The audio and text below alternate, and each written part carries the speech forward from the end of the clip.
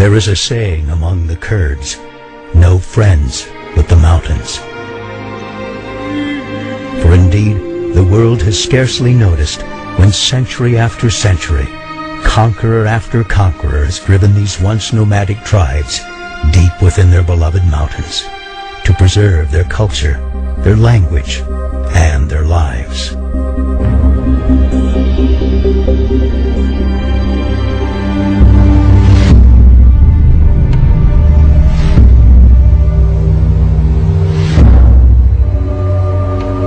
Hidden in the shadows of history, resistance against repression became the Kurdish way of life, until atrocities inflicted by a dictator named Saddam Hussein sent shockwaves throughout the world, causing people of every nation to ask, who are the Kurds? For many, awareness arrived on Bloody Friday in March of 1988, when Saddam dropped poisonous gas on the Kurdish city of Halabja, killing 5,000 within minutes, followed by 7,000 more as the bombing continued for days. Halabja was not Saddam's only chemical attack against Iraq's Kurds. It was simply the worst, captured in all its horrific detail, making it a symbol of the atrocities committed by Saddam Hussein.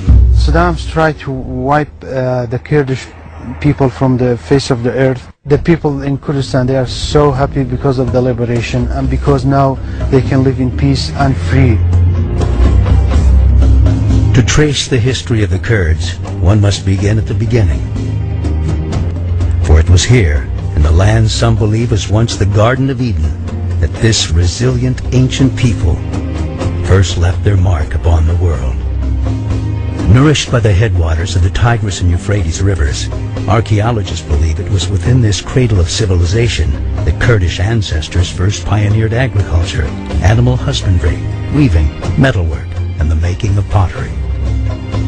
For visitors, a trip through the land of the Kurds is a trip through biblical history. The great prophets Nahum, Jonah, Habakkuk, and Daniel are all buried within the vast borders of what came to be known as Kurdistan. The city of Ahmadiyya still stands, marking the place many believed wise men, known as Magi, began their journey to follow a great star that appeared in the sky. As centuries passed, these tribes would fall to the forces of Alexander the Great at the Battle of Gaugamela, and later rise to their zenith as traders along the legendary Silk Road. In time, the Mongol hordes would make them prisoners, followed by the Ottomans, who would make them princes. But whether their occupiers were good or bad, killers or saints, the Kurds would learn to do what they must to survive. At the end of World War I, the Kurds were finally promised independence, with the dismantling of the Ottoman Empire and the creation of new nation-states. Instead, with the stroke of a pen, Kurdistan was parceled out among Turkey, Syria, Iran, and Iraq. Today, the world's 30 million Kurds, equivalent to the population of Canada, make up the largest ethnic group in existence without a recognized state of their own. We are neither Arabs nor Turks and nor Persians. We are Muslims, but we are a different nation. We have our own language, our own history, and our own folklore and everything. The fact that we Kurds are a completely different ethnic group than the Arabs and the Turks and even the Persians. Because of that background and also because of all of the suffering they have seen, they have completely a different mindset.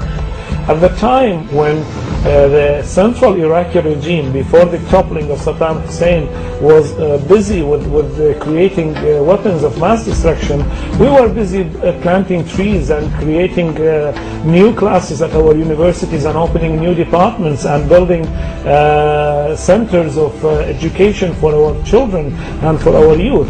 We are trying to build a nation. We are trying to improve the scientific standards of our community. We are trying to spread democracy. We are trying to teach the people how to respect each other and accept the rights of children and women in general. This country is a peaceful country. The people are very, very lovely.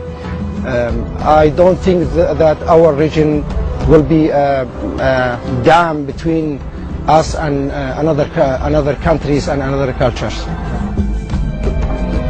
The Kurds are an ancient people who've lived their entire lives at the crossroads of the world, accustomed to living with people of many different religions. Today, as in the days of old, you'll find in the hearts of the Kurdish people ethnic and religious tolerance. Today, for instance, in Kurdistan, you see churches beside mosques in the Kurdish cities. You know, we have Christians, we have Armenians, we have Yazidis, we have Muslims, we have Jews, we have all types of religions and ethnic groups, and we've been living together for ages. And that shows, you know, how tolerant the Kurdish people are. In the cities of Kurdistan, you'll see not only Kurds, but Arabs, Turkmen, Assyrians, Armenians, Chaldeans, Shia, Sunni, all living peacefully side by side, because this is who they are.